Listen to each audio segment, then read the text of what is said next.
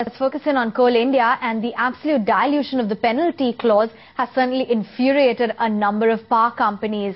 In fact, the top power CEOs once again decided to seek the intervention from the country's highest authority, the Prime Minister. Let's get in Nitya Balakrishnan, who joins in with the exclusive details.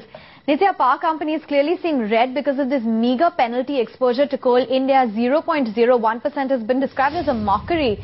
So how are they planning to combat this?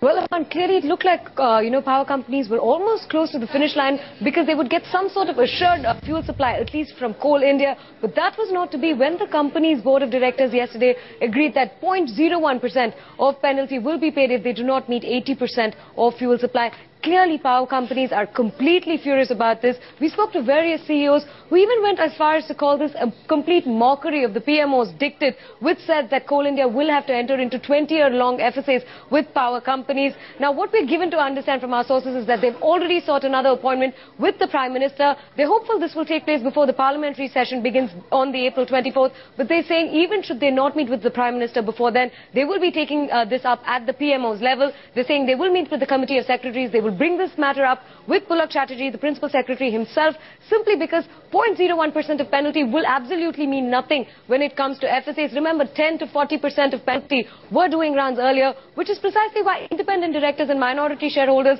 were very concerned of the 80% clause, because it would mean that the bottom line of Coal India could be hit very rapidly if they were exposed to penalties. But clearly, 0.01% of penalty is too meager, and this could very well mean that Coal India could walk away scot-free even if they do not manage to meet 80% of fuel supply to the power companies.